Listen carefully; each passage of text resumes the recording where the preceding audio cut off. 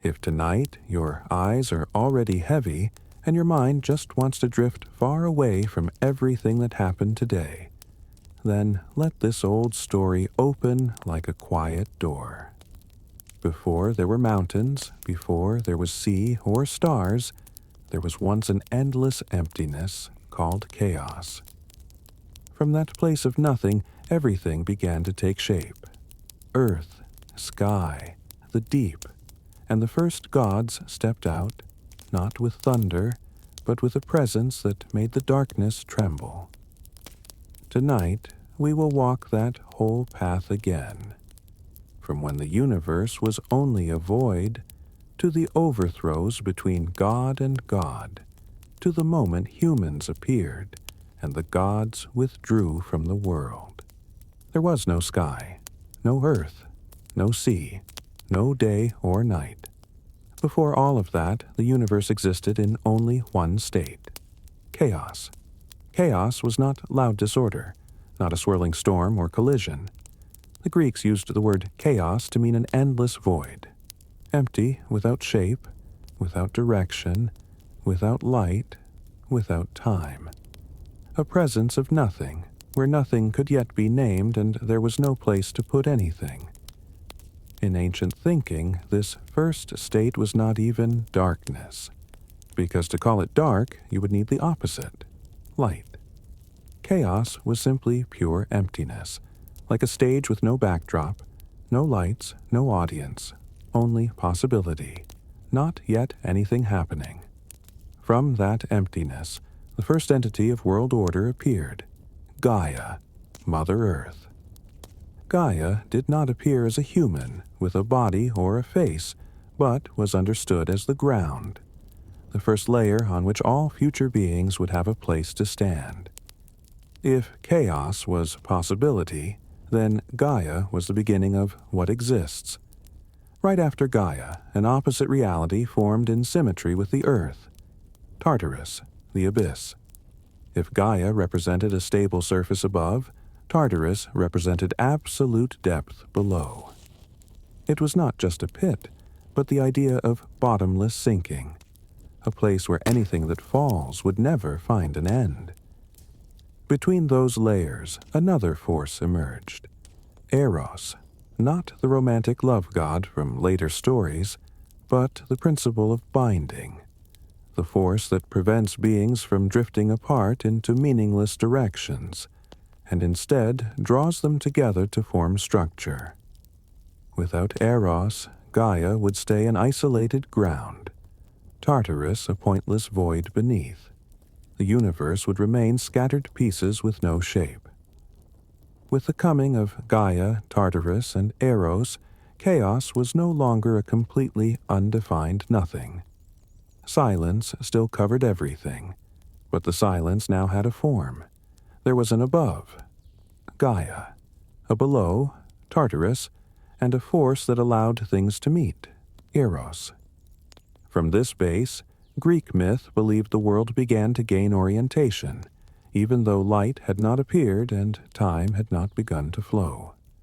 Once Gaia existed, a natural need for balance appeared. Where there is ground, there must be a covering. From that idea, Uranus, the sky, took form. Uranus did not fall like a solid object, did not explode, did not shine. He spread out like an endless veil lying over Gaia, covering her like the first dome of the universe. When Uranus covered Gaia, the universe had its first clear structure: earth below, sky above, the abyss beneath all, and emptiness around everything. There was no wind, no clouds, no water, but the idea of position had begun to exist. This was a turning point, because only when position exists can things have a place to be. In many other ancient myths, the beginning is also described as a kind of emptiness before order arrives. The Egyptians spoke of Nun, the first chaotic waters. The Babylonians spoke of Apsu and Tiamat, fresh and salt water not yet separated. In the East, many traditions saw the beginning of the universe as the infinite, undivided. This shows humans in many places sensed that order must come after the primal, undefined state. And the real question is not who created everything, but how did order arise from the undefined? The image of Gaia and Uranus has a simple hidden meaning. When there is a ground and a roof, then inside that space there is room for birth. Earth, like a body ready to receive. Sky, like a vault holding the space so it does not collapse. The space between, like a giant womb not yet filled. The universe was still. No waves, no sound. But this stillness was the stillness of something about to be born, not the stillness of an ending. Like an empty room before the first table is set, the emptiness is not useless. It is the condition for holding what will come. It is important to note, in this entire stage there was no time as humans understand it. No sun to measure days, no movement to record change. Everything existed outside of flow, like a photograph stretched to infinity. Each entity stood in place, not worn down, not aging. Only when opposite forces begin to collide does time begin. The first collision in Greek mythology did not come from lightning or fire, but from a very quiet act. Gaia began to give birth to the Titans, the first beings with will. This birth was the natural result of a finished structure, where there is earth, sky, and a force of connection. One layer of existence will naturally give rise to the next. No miracle, no command was needed. Greek mythology does not build the world by an absolute will, but by a principle. When conditions are sufficient, consequences naturally happen. When the Titans were about to be born, a new order was ready to replace the silent one. This is the phase shift, from having structure to having momentum. Exactly at this boundary, between a world of static order and a world of moving order, the actual history of Greek mythology begins. Because history does not begin when there is existence, but when there is conflict, succession, negation, and replacement. But before any of those conflicts happen, it must be understood that everything after the Titans rising, Cronus overthrowing Uranus, Zeus overthrowing Cronus, is only the consequence of the universe stepping out of its first stillness. If chaos was not still, Gaia not stable, Uranus not stretched above, Tartarus not deep, and Eros not binding, no rebellion could happen. That is why this origin stage, though it has no dramatic action, is the foundation knot. It does not tell a story, but it sets the rules.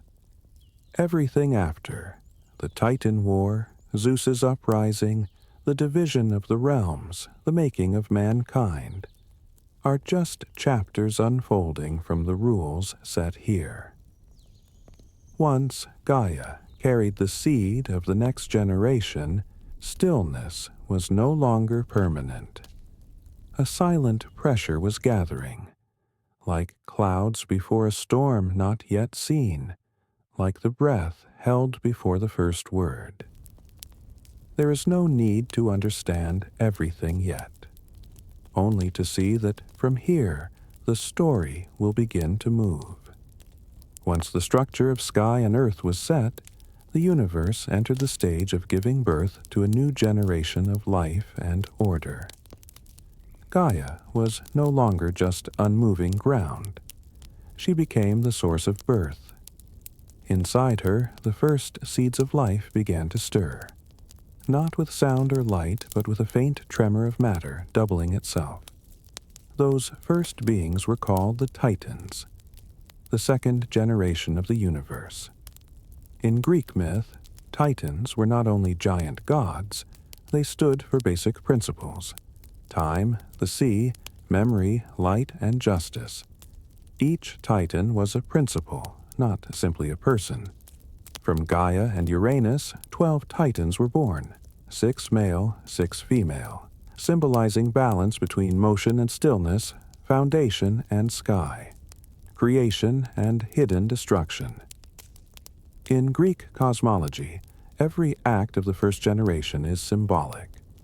When Gaia bore the Titans, it meant the universe was no longer just an empty frame. It had begun operating under its own laws. From that moment, each Titan represented one aspect of the universe: Oceanus, the ocean that surrounds the world Hyperion; sunlight and the rhythm of day and night; Mnemosyne, memory, the universe's ability to remember Themis; order and justice, the root of natural law. These names were not just a story. They showed how the Greeks saw the world. Every concept they experienced, water, light, memory, law, came from an ancient force, a first principle born of sky and earth. The arrival of the Titans marked the birth of a material world with rhythm.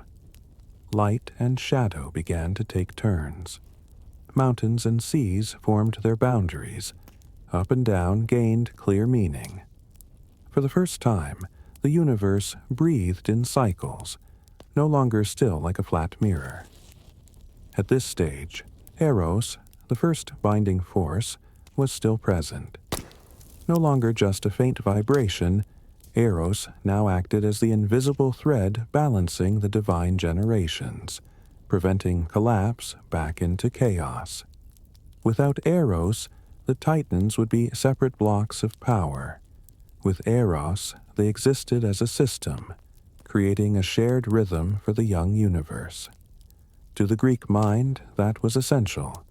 The world was not made by absolute command, but by harmony between opposing forces.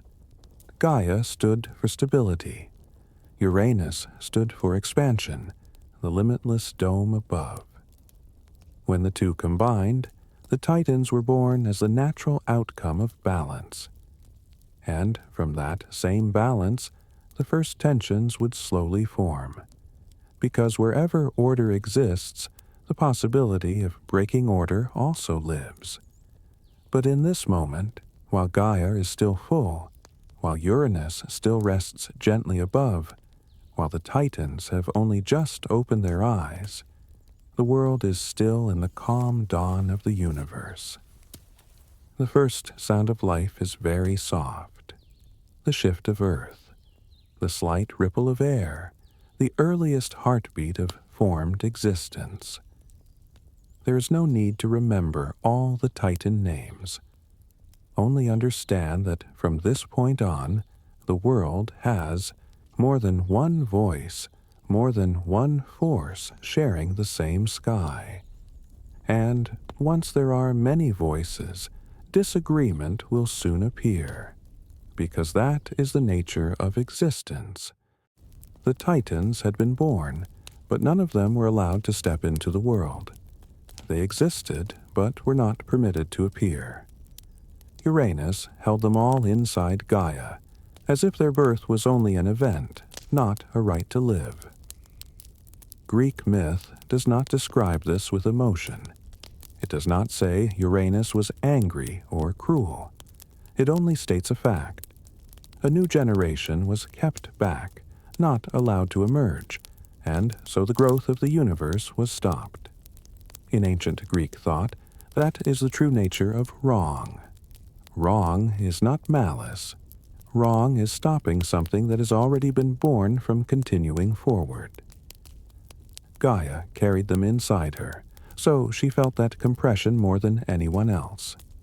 There was no cry, no resistance from the Titans, only a locked state, a generation kept inside a place it no longer belonged. If a being exists but is not allowed to step into reality, then, in mythic terms, the universe is stuck between two pages not yet turned, the page of born and the page of allowed to live. Many other ancient traditions share the same idea. In Egypt, when birth was blocked, the world fell into the state of water not flowing. In the Indian Vedas, blocking transformation was seen as acting against Urta, the operating order of the world. In Babylon, keeping the new generation inside Tiamat led to an intervention so the world could separate and go on. To the ancient mind, a universe is only correct when it continues. Under Uranus, it stood still, and when the universe stands still, a correction is inevitable, not from anger, but from the need for life to proceed. Gaia did not seek revenge, she sought rebalance, but to fix what had gone wrong, she needed another hand, not her own. Among the Titans being held, only one accepted the burden to change it: Cronus. Cronus took that role not from personal hunger, but because someone had to act, or the Titans would never truly live. In Greek myth, this pattern repeats. When an order no longer opens the way, the next generation rises to unlock it. Gaia gave Cronus a sickle of unbreakable stone. It was not a weapon for war, but a tool to cut a cycle that had reached its end. Myth does not speak of screaming or thunder. It only states that the act of replacement would happen at the proper time. Cronus did not hurry. He waited for the moment Uranus once again lay across Gaia, as if the universe itself offered the time for change to take place. When that moment came, the act was done. Not long, not negotiated. And from then on, Uranus no longer held the highest place. This dethroning is not told as a tragedy in myth, but as a natural phase shift of the universe. When the old refuses to step back, the new must replace it. Right before being overthrown, Uranus spoke one thing. Not a complaint, not a curse in anger, but a rule spoken as truth. You have done this to your father, and your own child will do this to you. In Greek myth, such words need no magic to become real. They are true because they follow the pattern already seen. Whoever overthrows his father will one day be overthrown by his child, not because fate forces it, but because power always repeats the cycle of birth. Replace, be replaced. From that moment, that sentence follows Cronus like a shadow. He took the highest seat, and at the same time inherited a marked future. From here, the story moves from replacement to rule. And in the rule of Cronus, the seed of the next overthrow will begin to grow. Part 4. Cronus takes the throne and the Titan Age. Begins after Uranus no longer held the highest place, a new order formed under Cronus. This was not only a change of ruler, it was a change in how the world functioned. Under Uranus, the new generation was blocked, and the universe stood still inside a fixed frame. Under Cronus, the Titans were allowed to step into reality and take their roles. This period would later be called the Golden Age of the Titans, not because it was glorious in feeling, but because there was no conflict, no collapse, no suppression of growth. The Titans did not just exist, they operated the world. Hyperion brought light and created the rhythm of day and night. Oceanus surrounded the world with ocean. Mnemosyne allowed things to have memory. Themis set law and order, and Phoebe, Theia, Rhea, Coeus, each extended the universe further. Under Cronus, for the first time, the universe had flow instead of stillness. Events began to repeat, forming cycles. What happens today will be continued tomorrow, and from this, the idea of time appeared as a natural consequence. That is why later tradition linked Cronus with Chronos, time. More importantly, Cronus ruled without suppressing the next generation, unlike Uranus. Under him, the Titans were not imprisoned, not covered, not locked away. Those who were alive were allowed to live, and therefore had no reason to rebel. This was a rare, stable state in Greek myth. No war among gods, no struggle for power, no coercion. But that state was not permanent, not because anyone rose against Cronus, but because inside Cronus a fear had already been planted. The words of Uranus, "You will be replaced by your child, as you replaced me," did not vanish after being spoken. They remained like an underground current in the reign of Cronus, not breaking it immediately, but eroding it from within the mind of the ruler. A dynasty can be stable on the outside, but if in the heart of the one in power there appears the fear of being overthrown, then that dynasty has already begun to crack from within, even if the crack is still silent. From that silent crack, the events that will lead to Zeus and to the second overthrow will begin to form. The fear of being overthrown by his child did not fade with time. It stayed under every decision Cronus made, until the first child was born. That was the moment the words of Uranus stopped being something from the past and became a possibility that could begin at once. Cronus chose the simplest way to stop it. He swallowed each child the moment they were born. No punishment, no torture, just erasing existence before it could become a threat. To Cronus, this was not cruelty. It was the only way to keep his power. Rhea, wife of Cronus, gave birth to 5 children in succession. All 5 were swallowed the moment they opened their eyes. None were given a chance to live, speak, or enter the world. Under Cronus, the Titans were allowed to exist, but the children of Cronus were not, because only that generation could overthrow him. Cronus, swallowing his children, repeated the earlier pattern of Uranus. Uranus trapped the Titans so they could not rise. Cronus erased the next generation so they could not appear. Greek myth does not comment on this similarity with moral words, but the repeated cycle stands visible like a deliberate copy of history.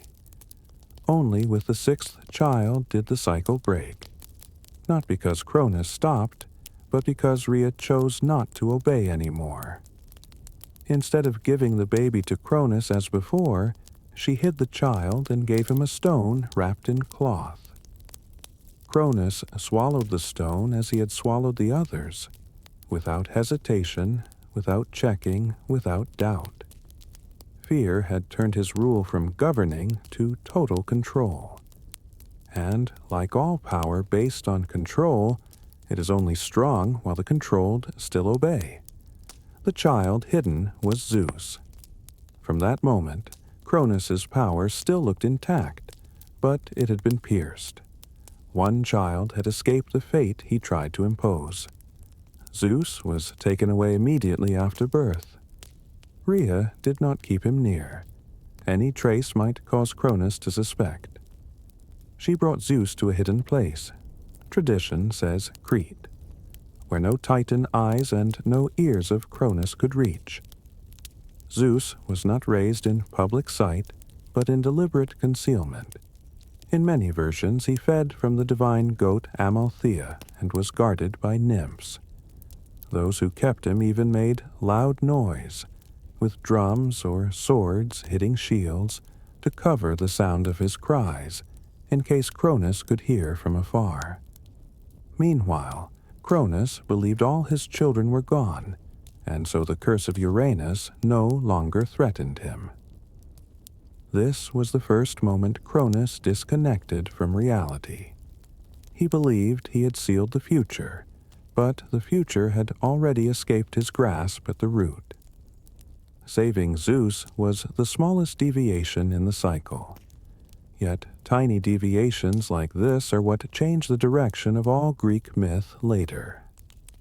Zeus grew up not in the Titan court, not under Cronus, but outside the control of the ruling generation. That meant Zeus did not inherit the order of Cronus, but matured outside the system Cronus tried to protect. And what grows outside a system is often what can overthrow that system later. In many myth traditions, those who bring great change are not raised inside the center of power. Moses did not grow up among the enslaved Hebrews. Sargon of Akkad was set afloat and raised elsewhere. Romulus and Remus did not grow up in the palace, but outside the city they would found. The same pattern repeats here. Those who change order often appear outside its reach. Zeus is such a case. While Zeus grew in silence, Cronus continued to rule, not knowing his reign had carried its end from the moment Zeus lived. Zeus grew in hiding, but not in passiveness. Unlike his siblings who were swallowed and locked away, Zeus observed from outside a system he did not belong to, and so he was not bound by it. Time passed. Cronus kept ruling without knowing he ruled on a foundation with a hole that could not be sealed. On the surface, his reign was still stable. No Titan rebellion, the universe still ran. No sign seemed to show that overthrow was forming. But that stability was only on the surface. A reign unaware its challenger was maturing beyond its sight. When Zeus was grown enough not to depend on anyone, the next step was not to attack, but to gather allies. In Greek myth, no overthrow happens alone. A dynasty falls only when it is not alone against its challenger. To have allies, Zeus needed to do one thing first: free the swallowed generation, the Titan children inside Cronus. If they were returned to existence, they, the ones whose will was locked, would become the most natural force against Cronus. But to free them, Cronus had to vomit them out. And to make Cronus vomit, there had to be intervention from outside. Here, Greek myth makes a key point. Zeus did not overthrow by strength first, but by breaking the lock. Releasing what was trapped would make collapse happen on its own. One version tells that Zeus went to Metis, the goddess of wisdom, and Metis taught him to use a potion that forced Cronus to vomit the children he had swallowed. Poseidon, Hades, Hera, Demeter, Hestia. Those who had been stripped of existence returned, and when existence is restored, power is restored with it. From the moment Cronus vomited the generation he believed erased, the balance of power no longer stood with him. Zeus did not weaken Cronus. Zeus only returned existence to those Cronus had removed, and Cronus was surrounded by his own offspring. Rebellion was no longer potential. It became a forming reality. The ruler let one escape, and that one returned with the entire generation against him. When Cronus vomited the children he kept from reality, the balance shifted at once. Those once swallowed were no longer beings who had never lived. They were entities with full reason to stand against the one who erased them. Their return was not a single event. It was the restoration of a whole generation. From a single Zeus standing outside the system, now all the children of Cronus stood present again. Hestia, Demeter, Hera, Hades, Poseidon, each with force, memory, and a natural motive not to live under Cronus anymore. Cronus did not fall the moment he vomited them. He was still on his throne, still the ruler. But the difference was this. For the first time, he no longer ruled alone over the powerless. Those before him now carried the memory of being stopped, and that memory is exactly why they would not obey again. Zeus became the rallying center not because he was the strongest yet, but because he was the only one never subdued under Cronus. His existence itself proved the rule of Cronus was no longer absolute. From here on, the conflict between the two generations was no longer in preparation. It had become unavoidable. One side was Cronus, power trying to keep the order as it is. The other side was Zeus and his siblings, the force reclaiming the place taken from them. Greek myth always follows that logic. When a generation is blocked from the right to live, if they return, they do not return as sufferers. They return as the agents of replacement. Cronus vomiting his children was not just the reversal of one act, it was the opening of a generational war. The Titanomachy begins from this very dividing line. Once the children of Cronus were restored to existence, the world could no longer hold the earlier stability. Two forces now stood face to face. Above were Cronus and the Titans loyal to him. Below were Zeus and those who had been denied the right to live. The conflict did not come from personal hatred, but from the impossibility of two ruling models existing together. Zeus did not attack at once. In Greek myth, great overthrows do not begin with force. They begin with building a force. Zeus sought those who could break the Titans' advantage, and that force lay in the beings the Titans once dismissed. The Cyclopes and the Hecatonchires, imprisoned under Tartarus since the days of Uranus. The Cyclopes, one-eyed smiths, would later forge decisive weapons for the war. The Hecatonchires, the hundred-handed, stood for power beyond Titan measure. Both had been caged as monsters deep in the earth. Like Zeus, they rose not from ambition, but from memory of being locked away. And memory becomes a reason to fight. When Zeus freed them, the balance shifted for the second time. From then on, the war was no longer Zeus versus Cronus, but the return of all forces once denied, coming back to erase the system that denied them. In many versions, Zeus was given weapons right after freeing the Cyclopes. Thunderbolts, which would become his lasting symbol. Hades received the helmet of invisibility. Poseidon received the trident. These weapons were not just tools of war, but marks of a new generation holding what Titans never possessed. The Titanomachy lasted 10 years.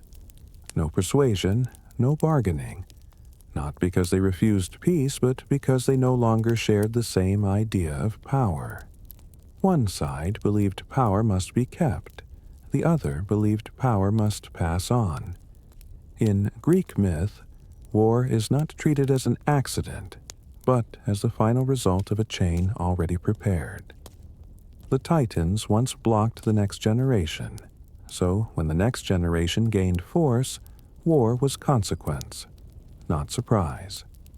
The war did not explode and end in one moment, but stretched through years, 10 years according to Greek tradition. That shows Titan power did not fall the instant it was challenged, and Zeus could not win by one early advantage. Two structures of rule stood against each other long enough to form a real transitional age in cosmic history. The Titans fought from the position of rulers, with the advantage of the known order and the height of Mount Othrys. Zeus and his alliance fought from the position of the once denied, holding things the Titans did not, the drive to reclaim existence, allies thrown out by the old order, and weapons new to the universe. The Cyclopes forged thunder for Zeus not just from skill, but because once the caged are freed, their loyalty does not return to the structure that caged them. And the Hecatonchires, the hundred-handed, became the weight that tipped the scale when Titan strength began to tire. In Greek myth, victory does not come from being better, but from being more fitted to the changed conditions. the Titan order was built for a time without transfer. Once transfer began, that order no longer matched reality. A key point of the Titanomachy is this. Zeus did not seek to destroy the Titans from hatred, but because they embodied a model that had reached its limit. A model once right, but no longer right when a next generation existed. That is why the myth does not end this age with dramatic flourish, but with necessity. When Cronus and the Titans were defeated, the old order collapsed because it no longer had conditions to exist. In the end, Zeus and his alliance won. The Titans were not killed. In Greek myth, what once ruled does not vanish. It is placed lower so a new model can stand. The Titans were confined to Tartarus, not as punishment like enemies, but to separate them from the center of the world's operation, so the universe could move to another age.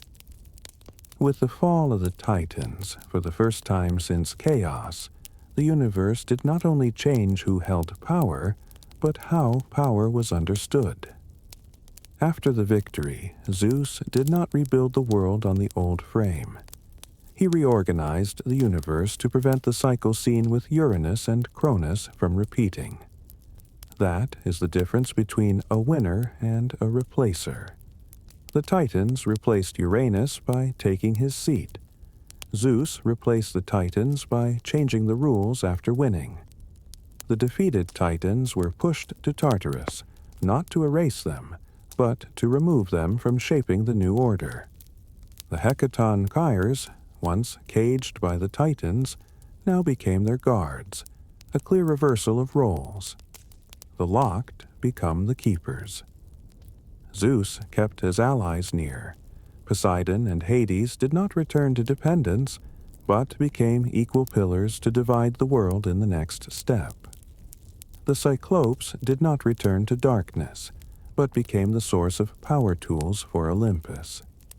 The Titanomachy was not just an outcome of collision, but the necessary bridge between two ages. One age where power was held closed, and one age where power was distributed under a new structure.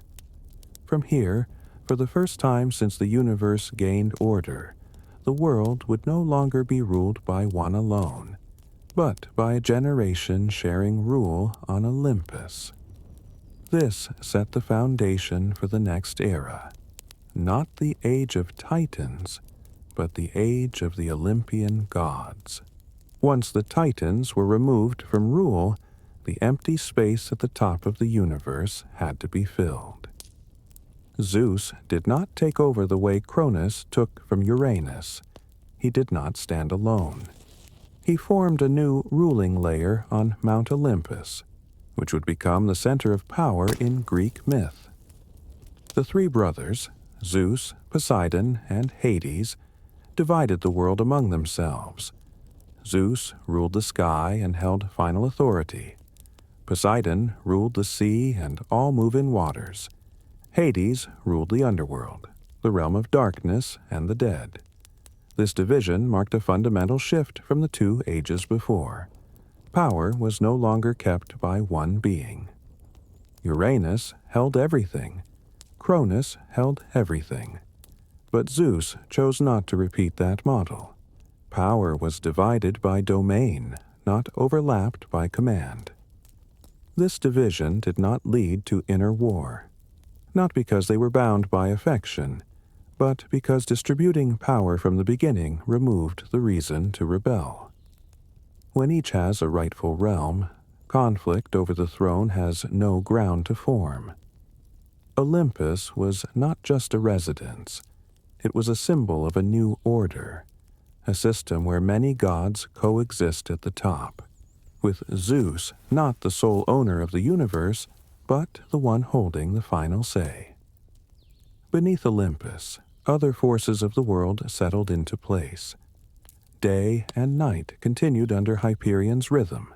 The seas moved by Poseidon's will. The underworld ran under Hades. And the sky, where final judgment rests, belonged to Zeus.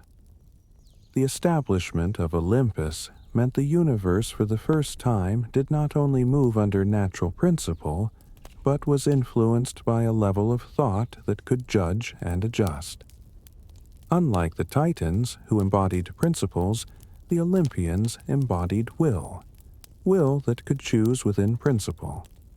From here, Greek myth shifts from a universe operating to a universe with divine politics, and Olympus becomes the place from which major decisions arise. After the three realms were assigned, the rest of the Olympian gods also took their positions. Hera, sister and wife of Zeus, became the goddess of marriage and household order. Demeter governed crops and the fertility of earth. Hestia represented the hearth fire, the symbol of stability in life. These roles were not random. They reflected how the Greeks saw the world as a web of parallel forces, each governing a part of existence. Olympus did not function like a court with fixed ranks. There were no rows of officials, no obedience as in monarchies later. Each god ruled a separate field, but all remained within a system with Zeus as the last reference point. This made Olympus unlike the reigns of Uranus and Cronus. It did not stay still by force, it stayed balanced by division of roles. The appearance of a divine layer with will marks a turning point. From now on, events in the world are not only shaped by natural law, but also by chosen intervention of gods. This reflects how the Greeks understood history, not only as the flow of inevitability, but a space where action and choice exist. Zeus did not rule with absolute force like Uranus, and did not rule by defensive control like Cronus. He ruled with final intervention. He only appeared when disputes arose among gods or between gods and mortals. Otherwise, the world ran under the forces already divided. The division of the three realms also shows the Greeks did not see the universe as a single block, but as a three-tiered system with borders: the sky, the earth and sea, the underworld. This structure would later affect Greek philosophy, where reality is divided into layers, each with its own laws. From the moment Olympus stood, Titans became only memory, not erased, but removed from authority. This is another difference in Greek myth. The defeated are not destroyed, only removed from the center of power. Olympus, therefore, is not just a mountain, but the first political model of the universe in Greek myth. A system with multiple tiers, multiple forces, and one final point of decision. Once Olympus completed its establishment, the world entered a new mode of operation. Titans no longer interfered. The Olympians began exercising their roles. Humans had not yet appeared, but the world they would live in was already built. From this stage on, Greek myth would no longer center on arranging the universe, but on how that arranged universe affects the coming species, humankind. And at that threshold, another figure enters the center of the story: Prometheus, a Titan who belonged neither to the defeated nor to Olympus, but stood between two generations, and chose the side of humans. For the Greeks, humanity did not appear by accident, but as a deliberate product of Titan hands. And with the arrival of humans came a chain of questions: limitation, error, hope, and punishment.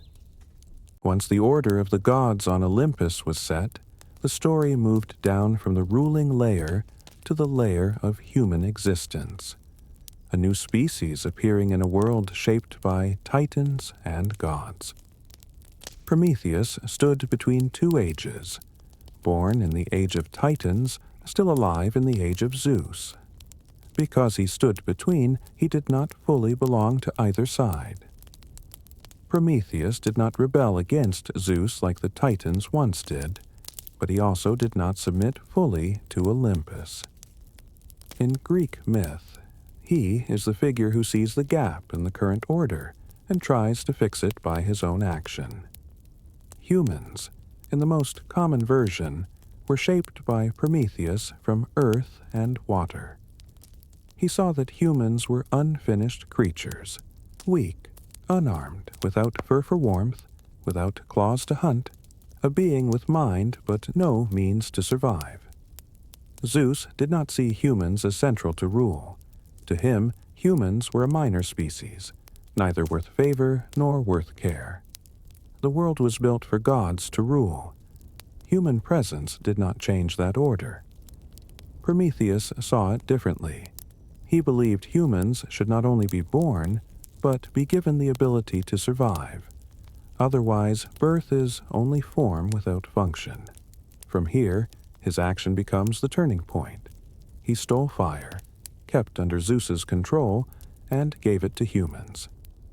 In ancient thought, fire was not only a flame, but the symbol of capability, of technique, of knowledge that changes life. Once fire was given to mankind, humans no longer stood at the edge of the world as weak creatures, but began to control their conditions. They could warm themselves, cook, forge metal, shape tools. Prometheus shifted humans from passive to active. To Zeus, this was the true offense of Prometheus. Not that he disobeyed, but that he created a species with the potential to grow outside divine control. With fire, the difference between humans and other beings became clear. Humans cooked food, forged metal, made tools, resisted cold and darkness, things Zeus never granted. A weak species became one with the ability to advance. This not only changed human life, but tilted the balance between divine and mortal in Zeus's eyes. Zeus saw the act as interference beyond authority, not because he needed the fire, but because the set order had been changed without passing through him. At a deeper level, he knew, a species able to strengthen itself will not accept inferiority forever. Zeus did not take fire back. Instead, he punished the one who opened that door. Prometheus was chained to a rock, and each day an eagle tore at his liver. Each night it grew back, so the punishment never ended. This was not to kill him, but to make him an unending warning. Those who tilt the order will not be freed from consequence. But Zeus did not stop with Prometheus. If only the giver was punished, humans would still keep the gift. So Zeus punished mankind another way. He created Pandora, the first woman, and gave her a jar, not a box in the original Greek. When Pandora opened it, all afflictions, sickness, anxiety, suffering, aging, flooded into the world. Zeus did not take fire back. He balanced the price humanity would pay for having it. In Greek thought, every new advantage carries a cost.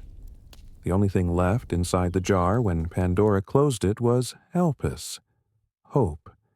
Not hope to win, but hope as the remaining strength to endure, so humans would not collapse at the sight of sudden suffering. From then on, humans no longer lived in naive existence. They lived in a world with progress and burden side by side, exactly how the Greeks saw mankind. Not perfect, not favored, but enduring enough to continue in a world that does not favor them. After Pandora, human life had two parallel paths. One side, skill and knowledge brought by fire, the other, the weight of limits, sickness, pain, uncertainty, conditions fixed to being human. In Greek logic, this is not pointless punishment. It is how balance is restored when something leans too far. fire lifted humans above other creatures, and affliction pulled them back toward nature. The tension between the two defines the human condition. Humans are not fully strong nor fully weak. They live by enduring, learning, and adapting. Prometheus remains in punishment, and his existence stands as a silent reminder that knowledge is never free. But though he is punished, his act is not undone. Humans still have fire, and because they have fire, they continue forward.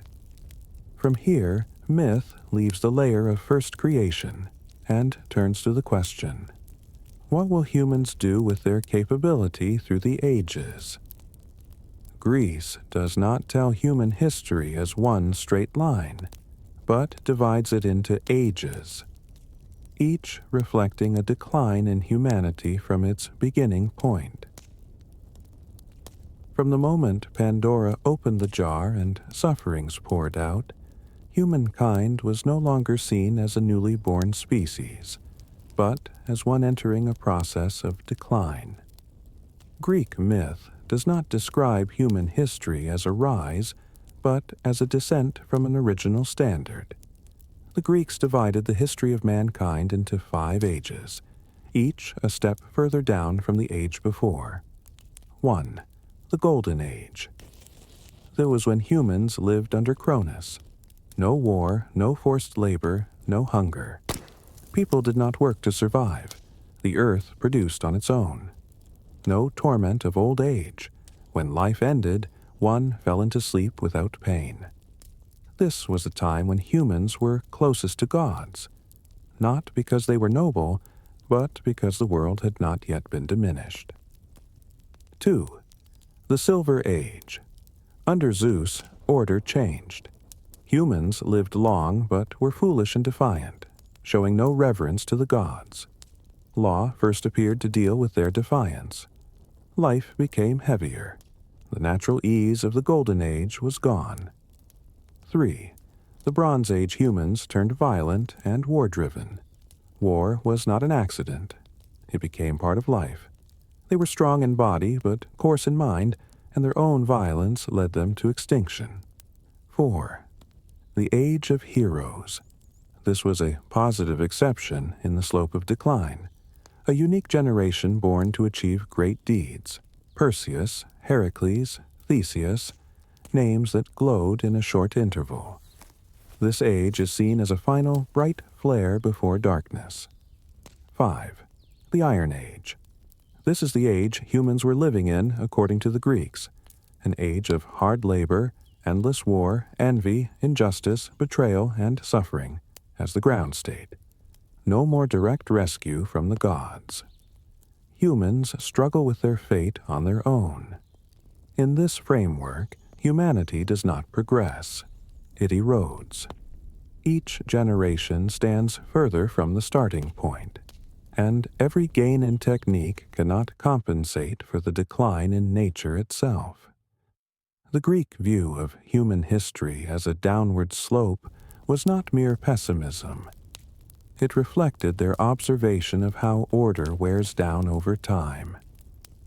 They believed what exists at the beginning is always fullest, and everything after is loss in slow motion. In this view, the Golden Age never returns. There is no cycle back to perfection. The world only drifts farther from its origin, like a thing sliding downhill. Once it starts, it does not stop itself. What is striking is that in this slope of decline, the Greeks inserted the Age of Heroes as a brief flare.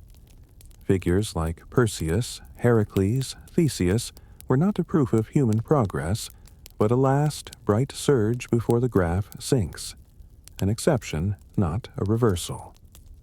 From here, Greek myth shifts away from telling where humans came from and begins telling what humans did in that last bright interval. The deeds of semi-divine heroes, the trials they faced, and how that generation marked the final peak before the world fell fully into the Iron Age. Within the entire downward arc of human history, the Age of Heroes is an exception. It does not reverse the decline, but creates a brief flare, like a flame that rises once before going out. The figures of this age are neither fully gods nor ordinary humans. They are demigods, born from the union of divine and mortal. Standing between two realms, they carry abilities beyond mankind, yet still suffer human conditions. Perseus is one of the earliest heroes. He is the one who beheaded Medusa, the monster whose gaze turned living beings to stone. The important detail is not the feat itself, but how Greeks used Perseus to express the human ability to borrow divine aid to make the impossible possible. Perseus did not fight by brute force. He received the reflective shield from Athena, winged sandals from Hermes, and succeeded because he combined mind, tool, and assistance. Hercules is the central face of the heroic age. His 12 labors were not to prove strength, but to prove that a man can atone and reposition himself through endurance. Heracles made a grave mistake, and the labors were his path of correction. The Greeks did not worship perfection. They worshipped the ability to endure and complete what one is given, even if one begins from error. Theseus carries another kind of meaning. He did not only slay the Minotaur in the labyrinth, but founded political order for Athens, turning scattered violence into organization. If Perseus symbolizes victory over what is terrifying, and Heracles symbolizes redemption through endurance, then Theseus represents the human ability to build order from chaos.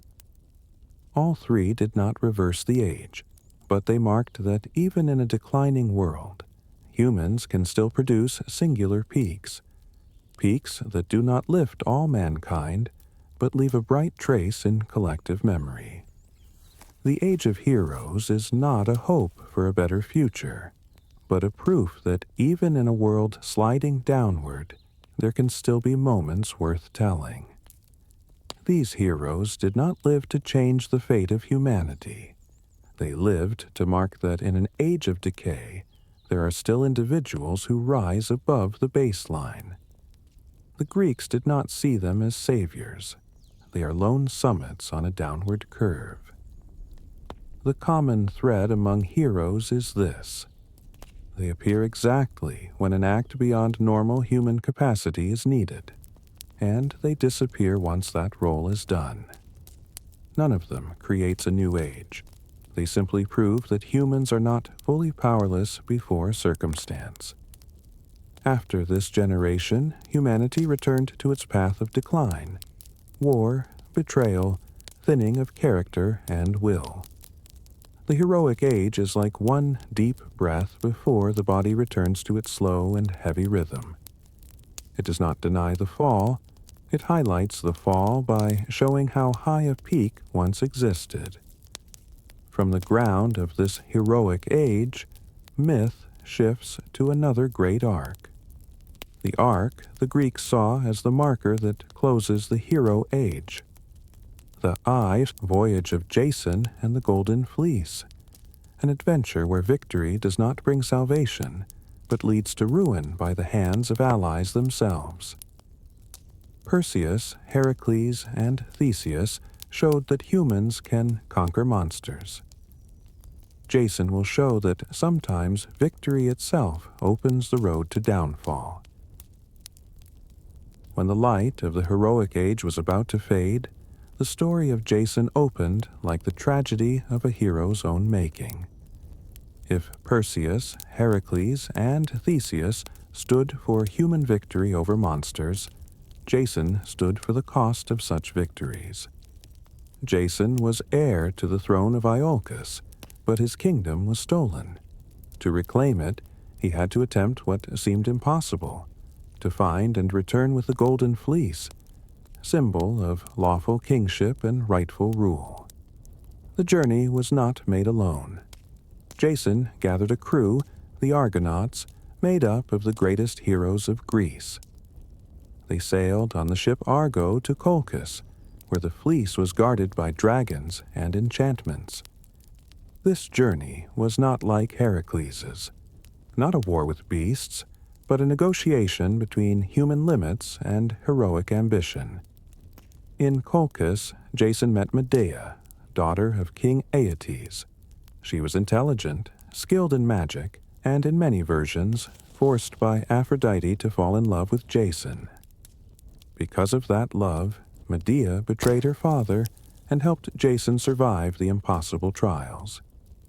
Taming fire-breathing oxen, sowing dragons' teeth that grew into armed warriors, and finally lulling the dragon guarding the fleece to sleep. Jason took the golden fleece, but the victory was not clean. It rested on deception and betrayal. Medea fled her homeland. Jason took the prize, and from that moment, the curse of that exchange began to follow them. Jason's tale does not end at triumph, because for the Greeks, glory alone is never enough to secure salvation. A victory won by betrayal is not a full victory. It is a seed that already carries its own ruin. On the return, Jason and Medea did not bring home pure glory, but a moral debt. To escape pursuit, Medea killed her own brother, cut his body apart, and scattered the pieces at sea so their father would stop to gather them. They escaped, but in exchange for a stain that could not be erased. Back in Iolcus, Jason displayed the golden fleece and exposed King Peleus's theft of the crown. But Peleus refused to yield. To defend Jason, Medea tricked Peleus's daughters into killing their father, believing he could be restored as she once revived a slaughtered lamb. Peleus died at the hands of his own blood. Jason reclaimed the throne, once more by betrayal and blood. Jason now had a crown, a great feat, and Medea, but from here the descent began. Over time, Jason no longer saw Medea as his partner, and sought to abandon her to marry the princess of Corinth for political gain. Medea, who had burned bridges, killed siblings and kings for Jason, was cast aside when she was no longer useful. In Greek myth, betrayal does not lose force with time. It only changes direction. Jason betrayed Medea after Medea betrayed her own people for him. The pattern repeats like law. A triumph born from betrayal will destroy the one who holds it. Medea did not kill Jason.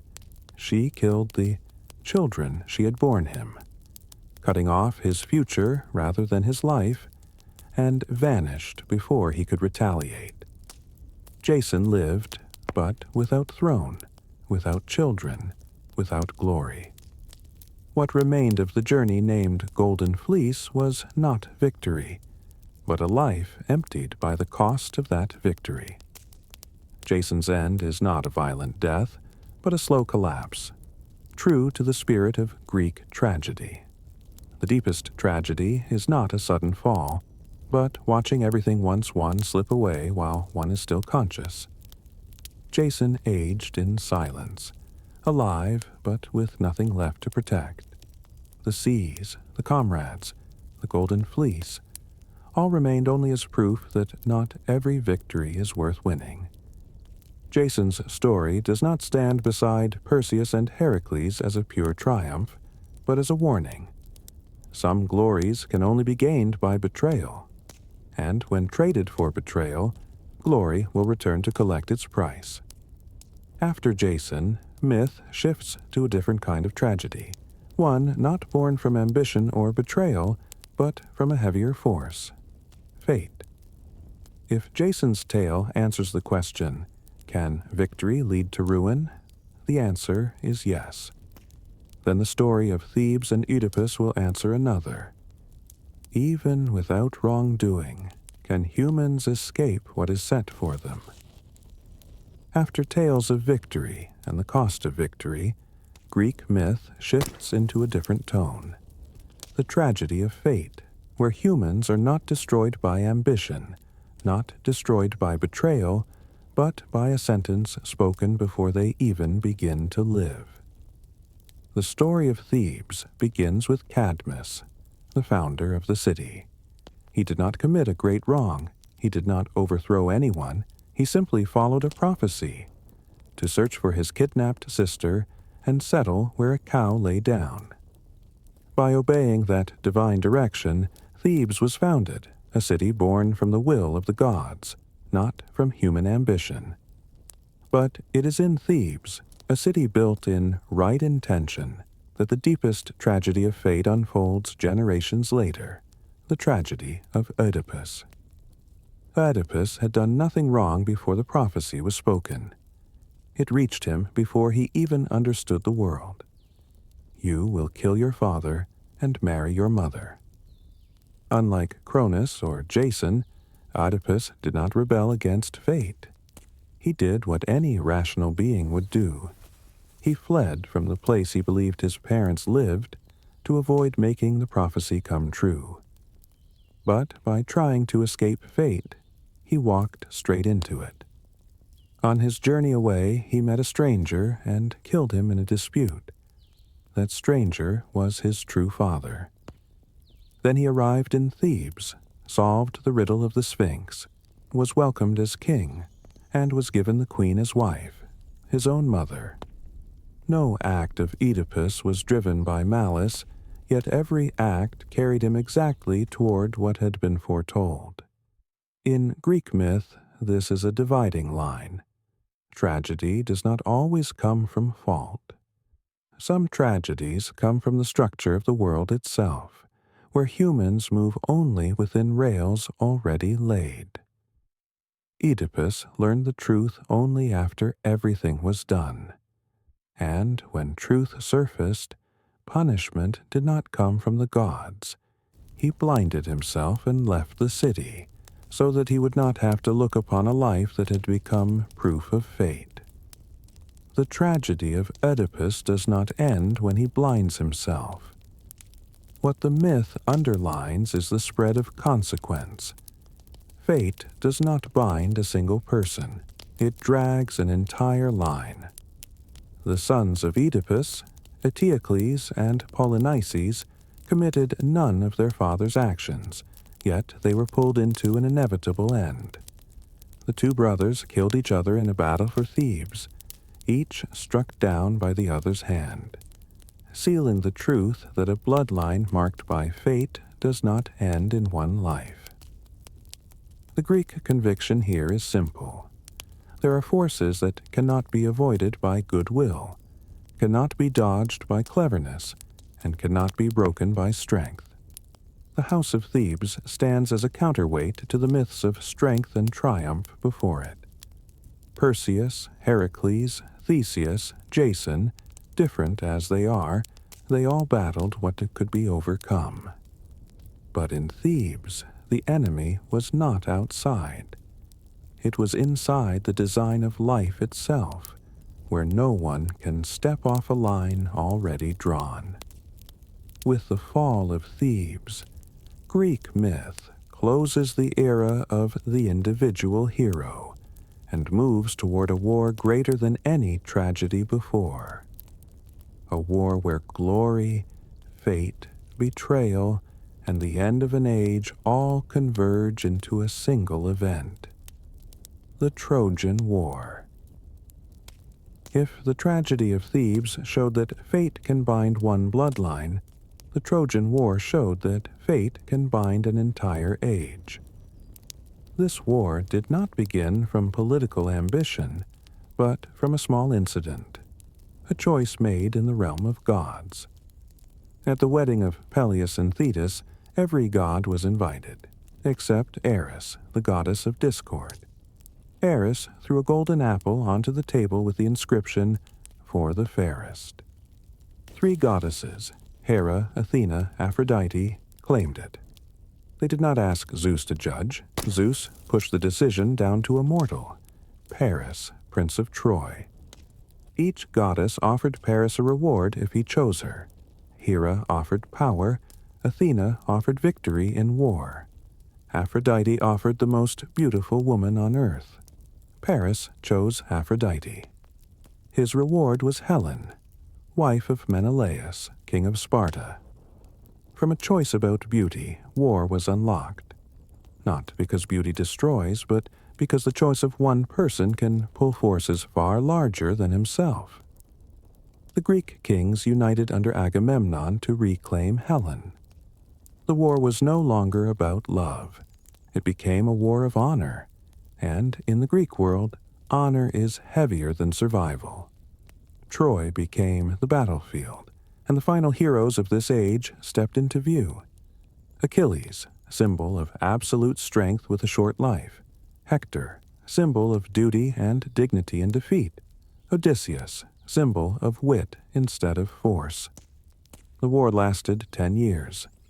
No side won by superiority, but by exhaustion. And when the wooden horse entered Troy, the end did not come from blades, but from a single error in judgment. An error impossible to correct once the gates were open. Troy fell in fire, and with Troy, the heroic age ended. Not because heroes failed, but because heroes only exist in a world that still has reasons to fight. When this war ended, that reason vanished. The heroic generation no longer had ground to act. After Troy burned to ash, the survivors did not return in glory. War did not birth a new age. It drained those who fought, leaving them to live the rest of their lives not as victors, but as carriers of the echo of a time that had burned all its own light. Achilles did not return. His legend ended inside the war, as if heroes are not meant to live long. Hector died before the walls fell, his honor buried with the city. Even those who survived, like Odysseus, did not return as men praised. They faced another 10-year journey of disorientation, showing that victory does not mean returning whole. When Troy burned, a door in the world closed. There was no longer space for deeds of that scale. The gods withdrew from direct intervention, and men were left in a world where glory had been spent at Troy, and what remained was aftermath and residue. That is why the Greeks saw the Trojan War as the official ending of the heroic age. Not because heroes no longer existed, but because the world after Troy had no room left for heroism. Those who returned carried not triumph, but the question, after all glory and loss, what is left to live for? That question opens the theme of the next phase, the post-war world. Not swords against shields, but silent fractures inside families, thrones, and fate. When the war ended, those who survived returned with the belief that peace would heal. But in Greek myth, returning does not mean escaping tragedy. War takes the strength of the body. Post-war life takes the structure of the world one returns to. Agamemnon, the commander of the Greek alliance, did not return to Mycenae in triumph, but walked straight into a death prepared long before. Clytemnestra, his wife, killed him in the bath, not out of raw hunger for power, but to settle the blood debt from the day Agamemnon sacrificed their daughter to set sail. The war ended, but what was sown before war returned to collect its price. Odysseus, who did not die at Troy, did not go home at once. 10 years after the war, he was still adrift, not because the sea was stronger, but because returning demanded another kind of price: patience, clarity, and the ability to survive trials that had no glory left in them. Those who returned carried victory, but not wholeness. They were no longer the ones who had departed, and the world they returned to had no space for them to start again, as if the war had not happened. Greek myth keeps one rule steady. There is no return to the beginning after a great rupture. You may return to the land, but not to the time before the break. Post-war life is not the extension of glory, but the testing of the ones who lived, where the war shifts from the battlefield to the house, the throne, the bed, the memory. In this period, collapse does not come from swords, but from what has been stored inside people after war. Achilles died before coming home. Hector died within his walls, but those who lived faced another kind of ending. An ending without drums, only the slow decay of what once held their lives together. Agamemnon died by the hands of his own family. Odysseus reached Ithaca after 20 years, and had to kill the men occupying his home before he could sit in his old place. In both stories, the one who returns is not welcomed by peace, but must pay another layer of debt before being allowed to live on. The post-war age does not open into a brighter era, but shows that what war does not destroy will be destroyed by time and psychological consequence. Harshness changes form. No longer killing in the field, but slow erosion inside family, power, and memory. With the exhaustion of the heroic age, the Greeks looked back over all that had been told, from chaos to after Troy, and saw that the role of gods began to fade. Not because the gods died, but because humans no longer looked at the world the same way. From here, gods are no longer the center of action, but relics inside the story. Humanity steps into a new era where other systems, philosophy, religion, empire, will take over the task of defining reality. When the heroic age closed, Greek myth did not vanish at once, but the role of the gods began to change state. From direct intervention, the gods withdrew from action, and the world of humans was no longer explained by divine will, but by other forces: law, philosophy, empire, religion. The Romans adopted the Greek gods and renamed them, but renaming is itself a sign of decline. When a system is renamed, it no longer holds the power to define reality. Zeus became Jupiter, Hera became Juno, Ares became Mars. The gods did not disappear, but were dissolved into a new order. Then the philosophers arrived, and philosophy took the place of gods as the tool to interpret the world. Thales explained reality with water, Heraclitus with flux, Plato with forms, Aristotle with causes. None of them used Zeus or Apollo to explain the world. The gods ceased to be reasons. They shifted from how to understand the world to material for storytelling. Then another layer rose over that. A new religion, especially Christianity in the West, did not merely compete with Greek myth, it replaced it with a new moral order. When humans began to ask about salvation, guilt, and judgment, they did not ask Athena or Apollo, they asked another god. And yet even when they were no longer worshipped, the Greek gods did not die. They lived on in epics, in the tragedies of Aeschylus, Sophocles, Euripides, in Homer's verses, in Plato's quotations, and later in literature, painting, architecture, and in the memory of civilization. Their power no longer sat on an altar, but remained in the collective imagination of humankind. And when a civilization no longer believes in gods, it still retells them, because retelling myth is not for believing, but for remembering the era when humans still worshipped what was beyond them. The journey from chaos to the decline of the gods shows. The world began in emptiness. Then order appeared. Then order changed rulers again and again. Then mankind stepped into the center. Then gods were pushed to the margins of reality, but kept alive in narrative. The gods no longer rule, but they still remain because they are still spoken. And in a world that no longer believes in them, it is the storyteller, the one who remembers, who becomes the last keeper of their life. Myth does not end with the death of gods, but with their withdrawal from the living world into memory.